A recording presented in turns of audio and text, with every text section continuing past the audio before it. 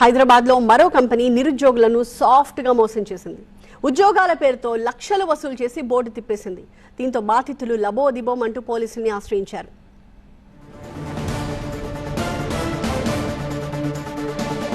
Gachibowli police station పరిధిలో మరొక software company board తిప్పేసింది. ఉద్యోగాలు ఇప్పిస్తానంటూ మోసాలకు పాల్పడింది Puropal creation and IT solutions company.